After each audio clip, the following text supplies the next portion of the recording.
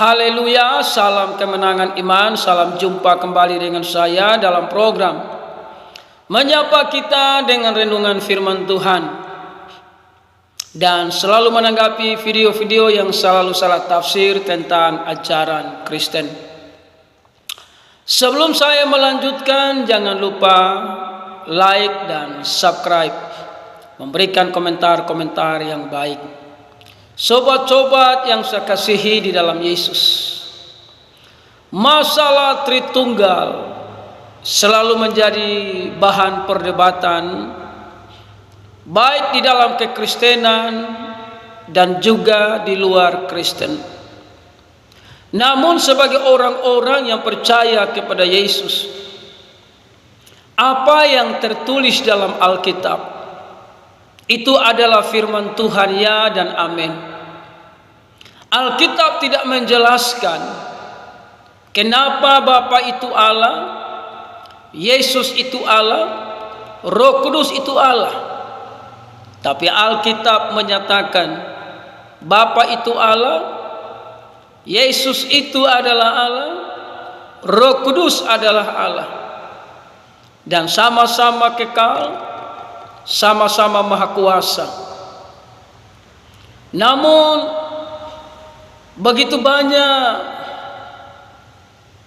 pola pikir dengan logikanya masing-masing. Ada yang mengaku Yesus sebagai Tuhan dan Juru Selamat, tapi ada yang tidak mengakui dan berkata dia cuma seorang utusan dan seorang nabi. Saudara yang terkasih, kita saksikan dulu sebuah rekaman video untuk kita renungkan bersama. Ini menjadi sorotan, yaitu konsep ketuhanan Kristen, yaitu Tritunggal, khususnya ketuhanan Yesus Kristus yang amat tidak masuk akal. Hal ini sudah lama sekali terbukti karena memang hal ini tidak hentinya menimbulkan problematika, menimbulkan polemik berkepanjangan yang tidak kunjung usai. Sahabat-sahabatku yang dirahmati Allah, umat Kristen ini lebih percaya kepada doktrin gereja daripada bukti-bukti Alkitab itu sendiri.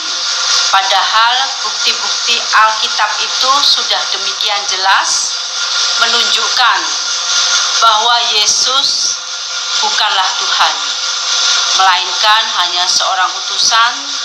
Beliau hanyalah seorang nabi. Demikianlah sebuah rekaman video yang saya bagikan, bagaimana seorang mu'alaf yang berkata bahwa Tritunggal, khususnya Yesus adalah Tuhan, itu tidak masuk akal. Dan dia berkata bahwa orang Kristen lebih percaya doktrin gereja daripada percaya kepada apa yang sudah dituliskan dalam Alkitab. Karena Alkitab berkata Yesus itu cuma utusan dan seorang nabi. Saya ini kadang-kadang heran dengan para mu'alaf berbeda dengan orang-orang yang murtadin. Saya melihat banyak mu'alaf ini kebanyakan itu suka mengabarkan hoaks, tidak memiliki dasar-dasar Alkitab yang benar. Berbeda dengan orang-orang murtadin yang pindah ke Kristen dan percaya Yesus sebagai Tuhan dan Juru Selamat. Mereka menemukan jalan keselamatan, mereka menemukan Raja Damai, sehingga kesaksian-kesaksian hidup mereka itu membawa damai, menunjukkan bahwa mereka berjumpa dengan Juru Selamat, berjumpa dengan Raja Keselamatan, Raja Damai yang luar biasa. Nah, saudara yang terkasih, doktrin gereja standarnya itu Alkitab. Kalau doktrin gereja standarnya bukan Alkitab, doktrin itu menyesatkan dan itu tidak bisa diterima. Jadi kalau doktrin gereja itu tidak sesuai dengan Alkitab, memang kita tolak. doktrin gereja percaya bahwa Yesus itu Tuhan dan Juru Selamat, itu berdasarkan Alkitab. Yohanes pasal 3, saya bacakan ayat 15 ketika percakapan Yesus dengan Nikodemus. Saudara, saya bacakan ayat yang ke-15. Supaya setiap orang yang percaya kepadanya, percaya kepada Yesus artinya Juru Selamat atau Tuhan yang menyelamatkan, beroleh hidup yang kekal.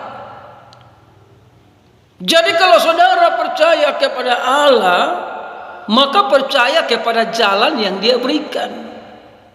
Ayat 16. Karena begitu besar kasih Allah akan dunia ini, sehingga Ia telah mengaruniakan anaknya yang tunggal, supaya setiap orang yang percaya kepadanya, percaya kepada Yesus, tidak binasa, melainkan beroleh hidup yang kekal. Banyak mualaf ini saya lihat mereka cuma copot ayat dan mulai karang-karang sendiri dan mulai omong. Saudaraku yang terkasih, Tuhan kasih cuma satu jalan lewat Yesus. Saudara tidak menyembah Yesus, saudara tidak sampai surga. Saudara tidak ikut Yesus, saudara tidak akan pernah sampai kepada kekekalan. Jadi memang saya lihat akhir-akhir ini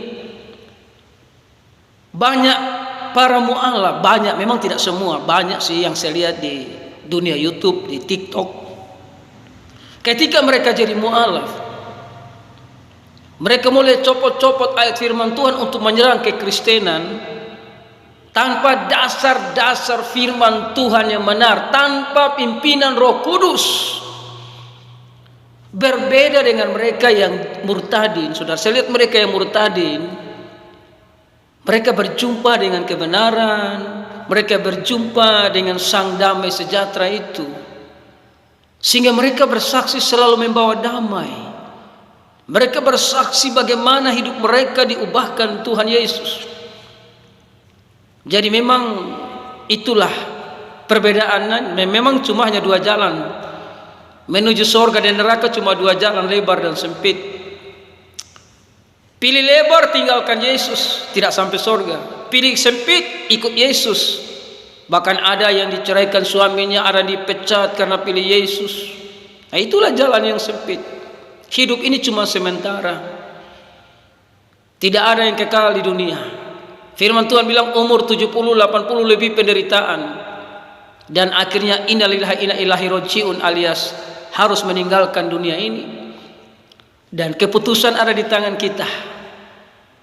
Pilih Yesus, sorga terima. Tolak Yesus, maka neraka terima. Cuma hanya satu jalan yang diberikan oleh Sang Pencipta agar manusia sampai kepada sorga yang kekal. Jalan itu bernama jalan yang lurus, jalan dan kebenaran dan kehidupan.